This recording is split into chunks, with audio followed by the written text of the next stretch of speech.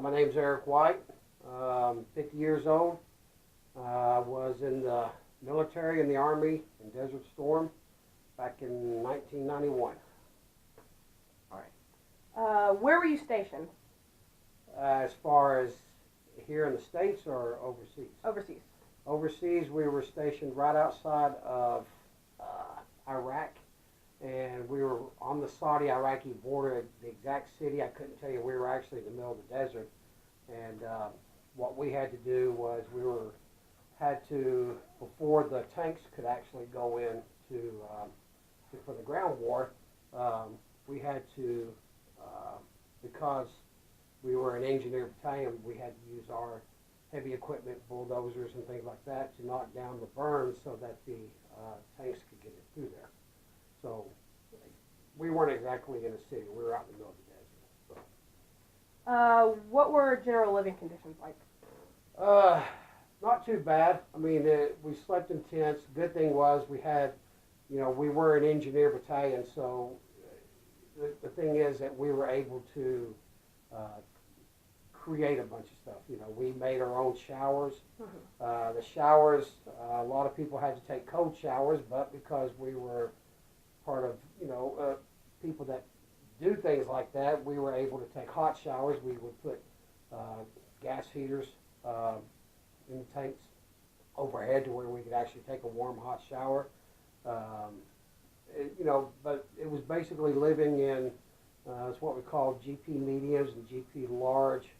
What the acronym for GP is, I couldn't tell you. But they were just large tents that were about the size of a house, and we had I can't even think of it, but we had our own cots and stuff on each side. What did it look like and feel like there, weather conditions? And was it anything like you expected, or like your misconceptions that you might have had? Well, I really couldn't say I expected anything except for being in a completely different, harsh environment. It wasn't really sand. I mean, it was sand, but it was more like a flaky dirt. And because the time that we were there was during the winter season here, which is January and February, it would get down to freezing during the day, and then, in the mornings, and then by the time you got through the day, you were already at 90, 95 degrees, so, it was different. Was the geography or culture different from what you thought it would be? Yeah, as far as a lot of their religious beliefs and their customs, they kind of prepared us for it, told us about it, about how, like when you're sitting, you're not supposed to show the bottom of your foot towards an individual. They consider that rude. They consider it almost as like what we do here. When we flip somebody off like in a bird was, if you sit and cross your legs and point your bottom of your foot towards somebody, they consider it rude. And you're not supposed to talk to the women, and you weren't supposed to make any kind of contact as far as handshakes or anything with your right hand. Everything had to be done with the left hand, because the reasoning that we were told was that the right hand was used for when you go to the bathroom. In that country, they use their right hand to clean themselves, so they consider it rude and not to do that. Describe what it was like wearing all your gear. Well, like I was saying, the temperature, being almost freezing at morning time, and you've got so many layers on, and then by the time your lunchtime, high noon, 1 o'clock comes around, you're basically down to pants and a t-shirt. So that's about the way the gear was. You dressed in layers, and then you just got prepared to get hot during the day. Now, did you enlist or were you drafted? And if you enlisted, why did you enlist? Well, I enlisted into the Army Reserves, and we got activated for the war. The reserve component that I was in was actually here in Chattanooga, Tennessee, and And during that time, during that time of war, the National Guard and Reserve components were activated for a tour of duty. How did your family feel about you going? Afraid. And I felt the same way. I mean, it was, you were going into war, and, it made you appreciate what you had and what you were leaving behind. And, that's that's the way I feel. I don't know, nowadays, I don't think the kids actually understand exactly what they have and how good they have it until it's actually taken away from them. And that's how it was. I mean, I was put into something that I didn't want to do, and but I knew I had to do it. So. Did you know anyone else who was already in the war? A lot of the guys that I was with the 844th, I still keep in touch with a few of them on Facebook. One guy that you mean as people that I knew before? Either way. Well, a lot of it, during that time of being over there, you tried to make as many friends as possible. So there was I guess what you call camaraderie? Is that the word I'm looking for? Yeah, of guys that I hung around with, and you try and find someone and a group of guys that you could associate with, and basically they become like a family while you're away. Do you have any specific memories that really stick with you? I guess the worst part, as far as memories, as good or bad. Either way. Good memories. Some of the things that we've done in a juvenile way, as the guys did. And I guess it was a way of trying to escape the situation. But the worst part was having to see the aftermath. I think they call it the death mile or something like that. It's if you go back and look at some of the things that happened during Desert Storm, there was one particular street that we completely just demolished with bombs, and you could tell that it was also civilians that were involved. And I wasn't involved in it, but I happened to, we had a chance to go into Kuwait and see some of the things that happened afterwards. And you could still see parts. I know this is disturbing, but you can actually still see parts of people that were in the cars that they didn't get out, and the smell of burning flesh is not a smell that you will ever forget. So it's not a happy smell.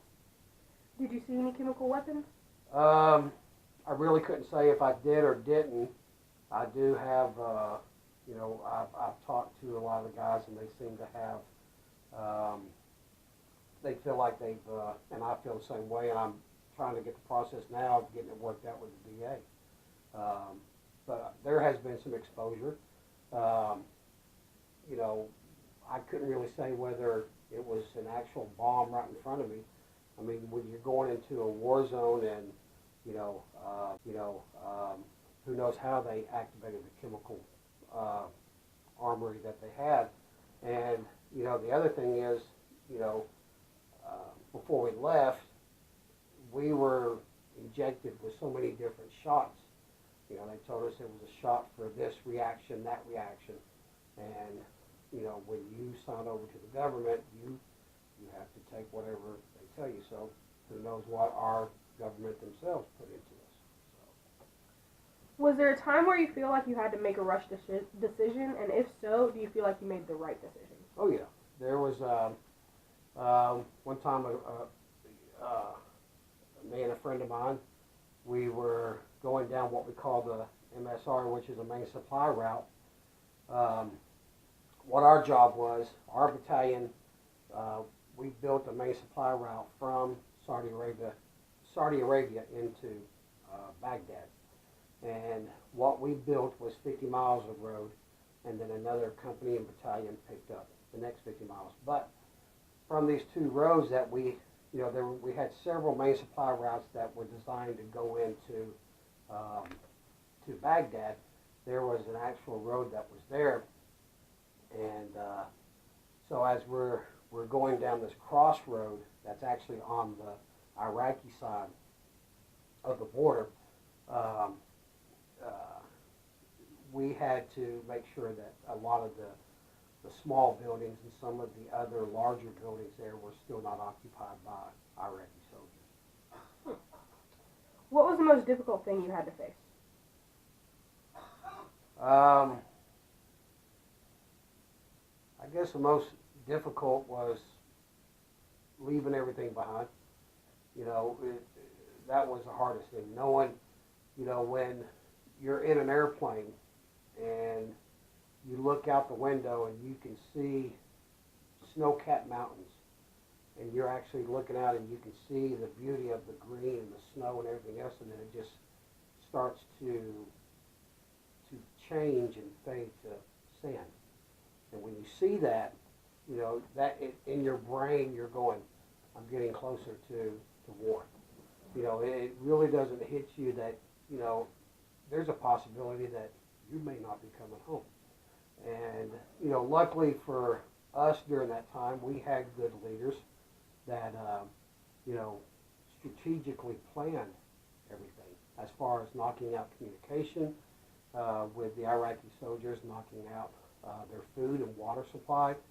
I feel sorry for our military now for the past however I don't know how long it's been, 15 years or more, that we've been in Afghanistan and Iraq.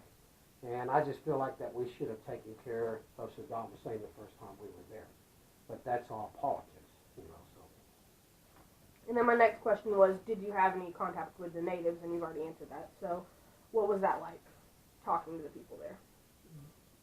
I know this sounds like a story of something that you would read out of a magazine, but this actually happened to me. And, some people believe me, some people don't. It's entirely up to them. But after everything was over with, we had a chance to go into Kuwait. And, Kuwait, they were finally free. The Iraqi soldiers were finally out of the city of Kuwait City. And, a lot of people don't know that, Kuwait was, from what I was told, was the third richest nation in the world as far as their oil. And, the people, after everything was over with, we're basically waiting to leave to come home. And it's what we call a window gate. And, like I said, luckily for us, the war was a quick war.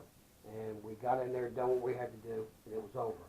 And, so we had a chance to go into Kuwait City, and as we're walking around, we go into the bank there, and the bank was closed. There was just one guy working in there, and he was telling us all about what the Iraqi soldiers done to the people. And a lot of this was not put into the media. A lot of people don't know this, maybe some of them do, but we were told by this guy that was running the bank or cleaning up in the bank that the Iraqi soldiers would take the young women and the children and basically take them out in the street and rape them right there in the street for everybody to see. And this was the Iraqi soldiers' way of saying, we're dominating you, and you think about, what Saddam Hussein's thoughts were. I don't know, I guess the other thing was, when you hear about this stuff, you start to realize, these people, they went through a troublesome time. I'm trying to say it nicely without using harsh words, but, after everything was over with, like I said, we went to Kuwait City, and we had a chance when the shops opened up because of their religion.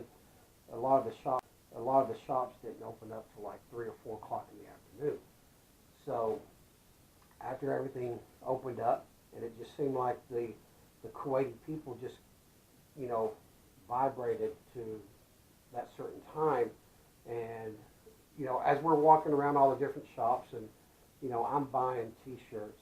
You know, we had the money to do this, you know, and I'm doing a little shopping. And so the guys that I was with, I said, well, look, I'm going to go up to the next little store. I'll see you guys up there. It's kind of like when you go walking around Gatlinburg. You go from one store up to the next, and that's the way it was set up on the main road in Kuwait City. Well, as I'm walking up through there, I see this group of women with the children come walking out. And this little girl, she must have been, I'm guesstimating, I'm not good at guessing age, 4 or 5 years old. And, you know, I'm in my BDUs, and the little girl comes running towards me. And, you know, I kind of froze. I didn't know what to do. And I looked up towards the mother, and I kind of looked at her and had this look of, you know, what's going on. And the little girl looked up at me and done like this, you know, and I was kind of puzzled about the whole situation. So I looked up at the mother, and the mother kind of like gave me a nod of, it's okay. So I got down on my knee, and the little girl hugged me. And I still get emotional over the situation now, because, you know, I think about what these people had to go through. And, you know, the whole time I was there, I was thinking, why are we here? This is not our business. You know, a lot of people think, why is America over there doing this? It's not our business, it's not our business. Mm-hmm. But, you know, when that little girl just out of the blue hugged my neck, I freaked out, because as we were told, we're not supposed to, you know, we're not supposed to make any contact or verbal contact with the women there. And I kind of freaked out, and, you know, I didn't even put my arms around the little girl. I just, you know, the little girl just threw her arms around my neck, and I looked up at the mother, and the mother, she looked at me, and she just lifted. I couldn't hear her, but she said, thank you. And that's when I said, now I know why I'm here. So. Do you have, or did you have any idea what people were seeing or hearing in the media back home? If so, how did you feel about it? I don't think a lot of people knew exactly what was going on. We were told a lot of different things as a comparison to what I heard when I got back home. And I think it goes on today. Politics and media, they only let the people know what they want to know. So, no, there was a lot of stuff that we were involved in, told about, and explained about, that a lot of people back home don't know about. What health effects did you experience, whether it be in the war or after the war? Well, to this day, I've still got a constant ringing in my ear. You know, and I've got a little bit of every now and then. I've heard from other Desert Storm veterans that, you know, they get like little blotches of red that'll pop up just out of nowhere. So, you know, and I get a little jumpy, and, you know, it's, even though we weren't in like a full battle as what these soldiers had to go through now with Afghanistan and so forth, it's, your brain still kind of, you know, is hesitant. You know, you're still always on alert. You know, even to this day, you know, 20-something years afterwards, I'm still constantly just kind of, you know, it's even, you know, with my wife Jennifer, you know, and I told her, I said, you know, I cannot go and sit in a restaurant unless I can see what's coming in and out the door. That's just the way that I've, you know, and I think about what Vietnam veterans had to go through. You know, there's no wondering why they suffered the post-war tragic that they have. What helped you get through tough times? Letters. when your name was called during mail call, or it was like, there's no value to it. I mean, just to hear your name and knowing that you were either getting a package or a letter, and the family and friends that I had at that time, and just keeping that contact and still being able, even though you're in that situation, knowing that you can still grasp on to that little bit of home. During the time, I figured out that there would be a certain time. I think we were 5 hours behind or 5 hours ahead, and so I figured out a time to where Jennifer and I would both look up at the Big Dipper. That way, I knew that we were doing something at the same time. Even though we were thousands of miles away. And then that answer kind of leads into my next question. How often did you get to communicate with your family?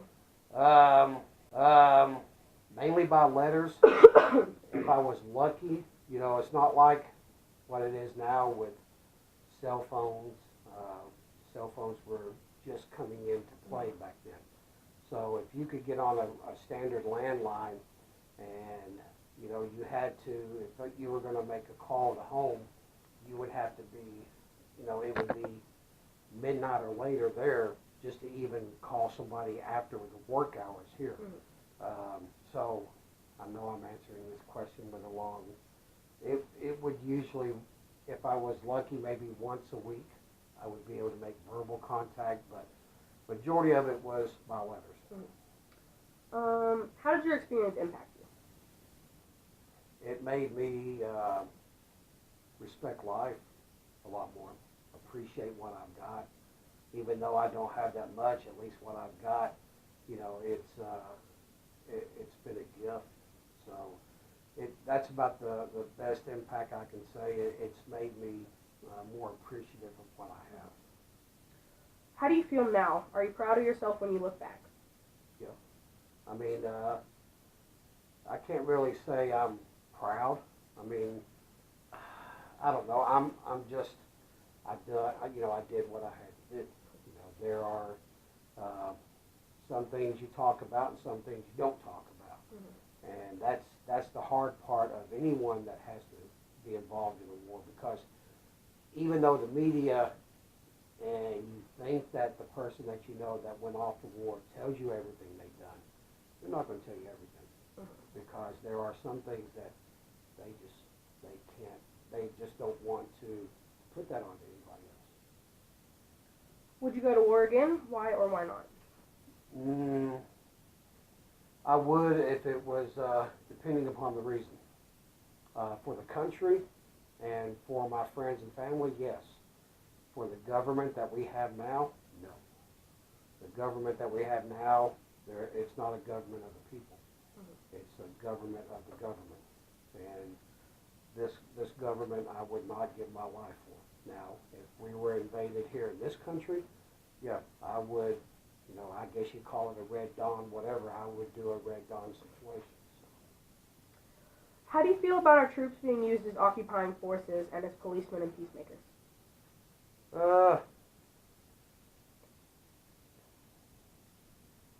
Well, it's better than them just getting paid and not doing anything. I mean, that is our taxpaying money. Now, as far as being, sometimes in some countries it does require, like with, I don't know the full story of what's going on now, but with Iraq now, they don't have an established government or an established leadership. So, sometimes it takes outside people to give you some advice.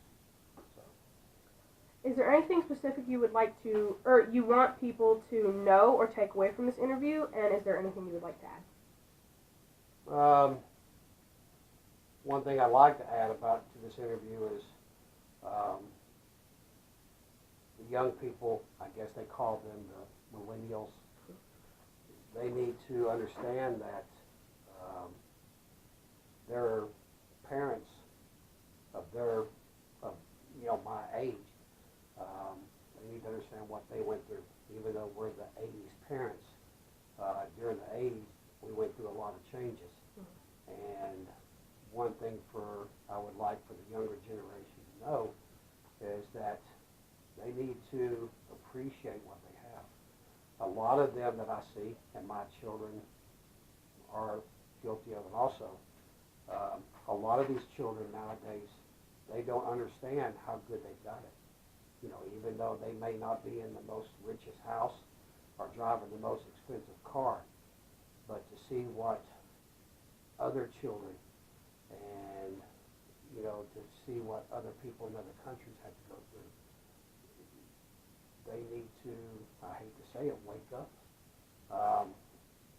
I would not be against if they passed a law that every teenager that graduates from high school, maybe some people disagree with it, they look at it as communist decision, but I see nothing wrong with every graduating student serving at least 1 year of service, just to get that reality of, you know, you could go to this, you could not come back to this, and that's what I take from this. All right, well, that's it. Thank All right. you, and thank you for your service. All right.